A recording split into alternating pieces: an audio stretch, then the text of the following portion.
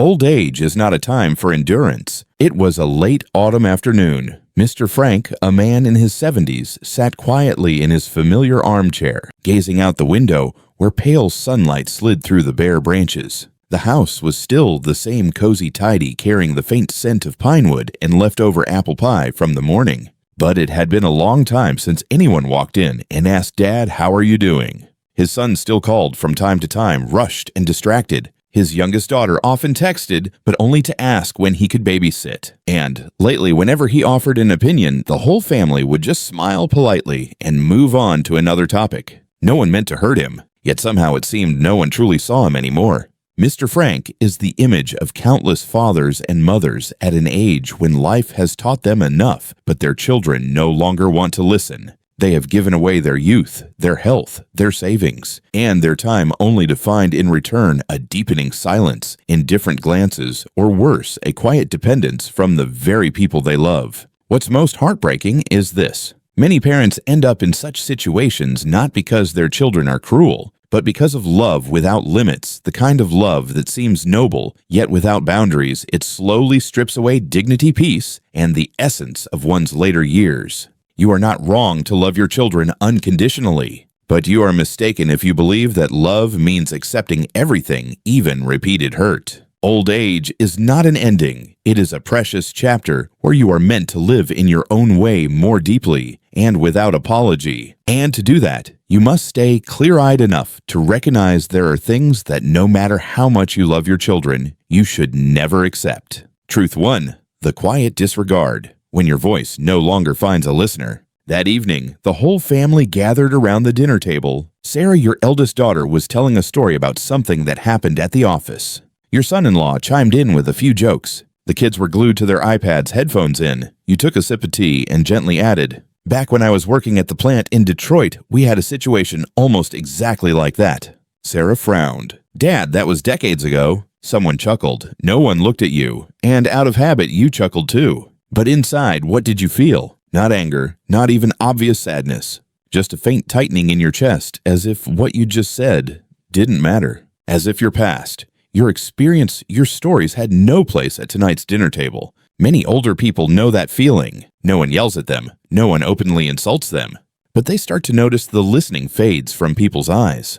Their voices are cut off mid-sentence. Their stories get labeled as old-fashioned, irrelevant, a bit much. And then the heartbreaking thing happens. They begin to think maybe they're just being too sensitive. But no, you're not being too sensitive. What you're feeling is the slow erosion of your right to be seen and heard as a person of value.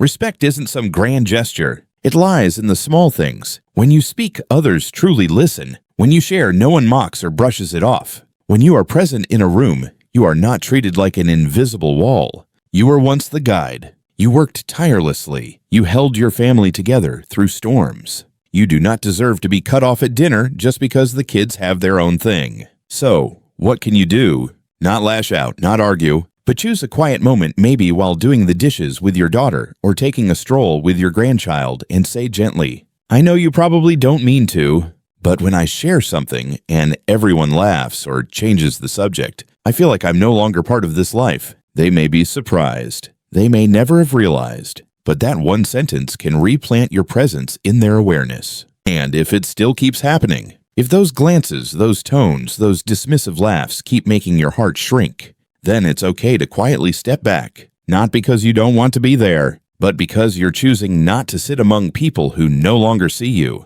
You don't need to apologize for wanting something so simple, to be acknowledged, to be heard, to be respected. You're not too sensitive. You're simply reminding the ones you love that you are still here, and you still deserve to be heard. Truth 2, money doesn't lie when your kindness quietly makes you poor. That morning, you sat at the small desk in the corner of your room, flipping through your bank book. The numbers stared back at you coldly. Your balance had shrunk to just a third of what it was last year. You sighed, not out of surprise, but out of familiarity. Last month, it was the money you sent your son to fix his car. The month before, it was summer class tuition for your grandchild. Before that, you helped your daughter pay off part of her credit card debt after she lost her job temporarily. Each time came with the same phrase, "Just this once, Dad." And each time you wanted to believe that this time would be the last. You're not naive. You know life is harder now than it used to be. You help because you love, because you understand, because you were once the parent borrowing to provide for your kids.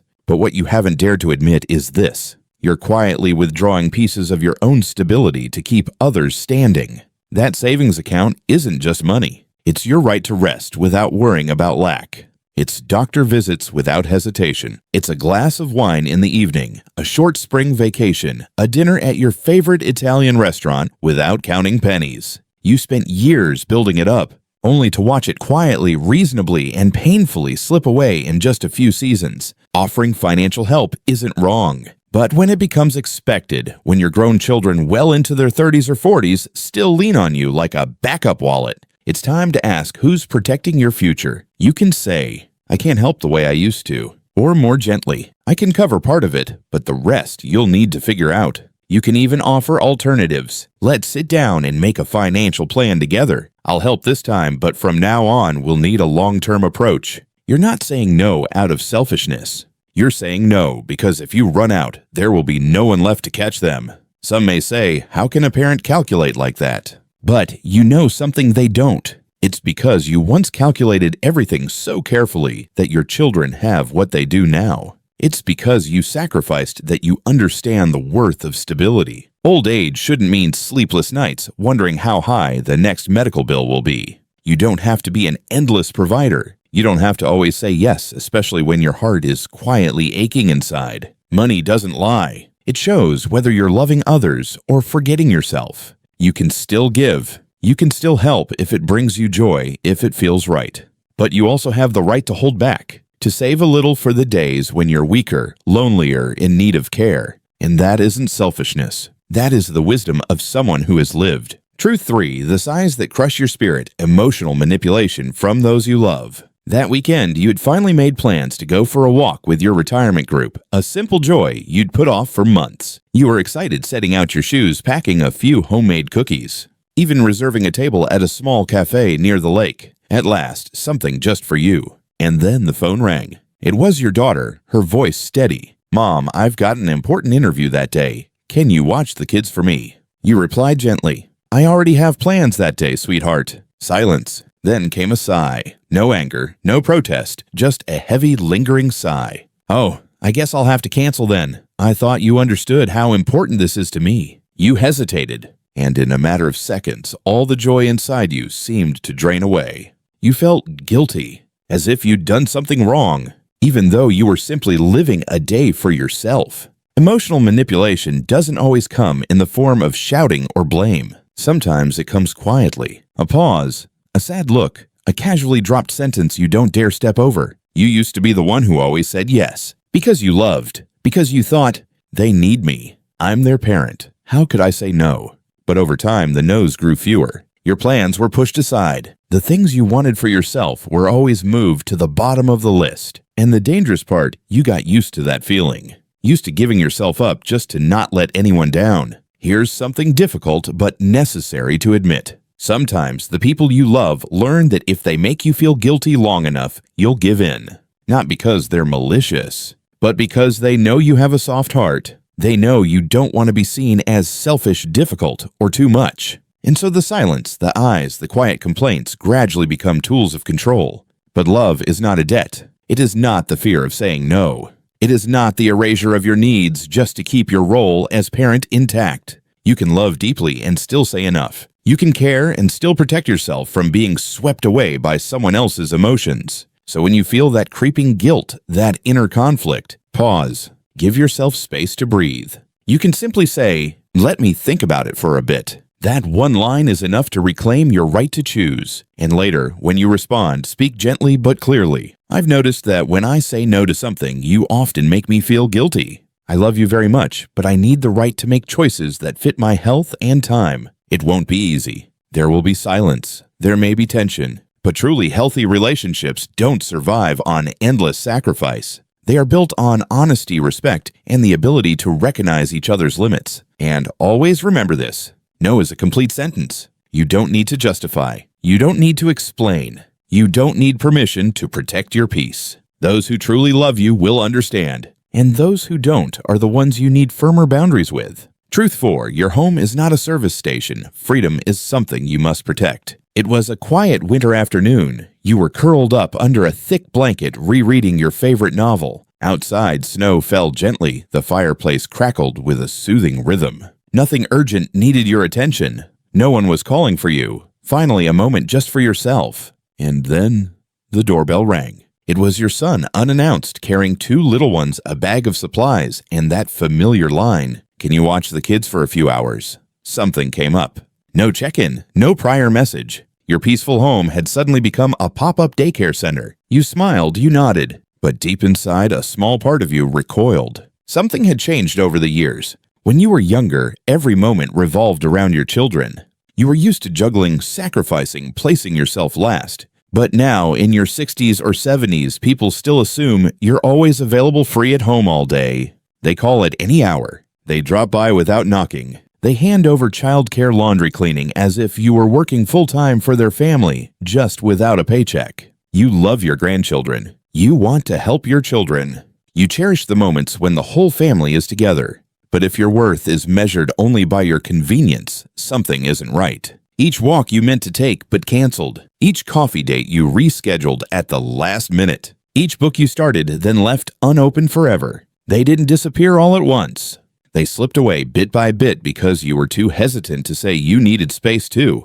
And slowly you began to feel like you were disappearing. Everything now revolved around other people's plans. The home that once was your sanctuary had become a backup kitchen, a rotating daycare, a place to drop off and pick up grandkids by the hour. Don't let your kindness be mistaken for obligation. You can be gentle but clear. You can say, "We're always happy to spend time with the grandkids, but please give us a few days' notice next time." Or, "We can help Saturday afternoon, but not the whole day. We've got our own plans too." At first, they may be surprised. There may be some sulking. But over time, they will come to understand you are not an on-call service. You have a schedule too. You have a need for rest. You deserve a space untouched by sudden doorbells. Freedom is not selfish. Freedom is the well-earned reward for all the years you carried so much. You've done enough. You've given enough. Now is the time to slow down, go deeper, and live for yourself. Remember this. You don't need anyone's permission to claim your time. You don't need to prove you're still useful to earn your rest. You don't need to do one more thing to deserve a quiet afternoon all your own. Truth 5. Silence can hurt more than rejection when you're forgotten in your own family. Last week, you had a follow-up appointment at the hospital after your knee surgery. It was cold. You went alone. No one called to ask, "Dad, do you need a ride?" No one came. Not because they don't love you. Not because they're completely indifferent. They were just busy. And so, like so many times before, you quietly did everything on your own, as if you never had a family. Sometimes what wounds us isn't harsh words. It isn't a firm no. It's the silence right when you need someone to speak the most. You were there for all the milestones in your children's lives. Their first day of school, their first heartbreak, their child's midnight fever, the flat tire on the roadside. You were once the first person they called. But now, when you need someone to push your wheelchair, carry groceries up the steps, or simply sit beside you in the doctor's waiting room, no one shows up. You sit alone. You don't complain. You just quietly record it in your heart, a faint, nameless ache. You don't want to bother anyone. You don't want to beg. You don't want to be seen as weak or needy, so you stay silent. You don't text for help. You don't call. You simply wait for someone to remember you the way you remembered them all those years. But the longer you wait, the more you begin to understand. People only remember what they believe still exists in their lives. Love isn't only about what you gave in the past. It must be nourished with presence, attention, and response. You deserve to be called, to be asked, to be visited, not just because you are their parent, but because you are still here, a living, breathing part of this world. So what can you do when you feel yourself fading into the background? Don't meet silence with silence. Start with a gentle but clear statement. "I've been feeling a little left out lately. If you called me once a week, it would mean a lot." Or, "I have a doctor's appointment next week. Is anyone free to come with me?" You're not demanding. You're voicing very human, very real, very valid needs. You can distinguish between wants and essential needs.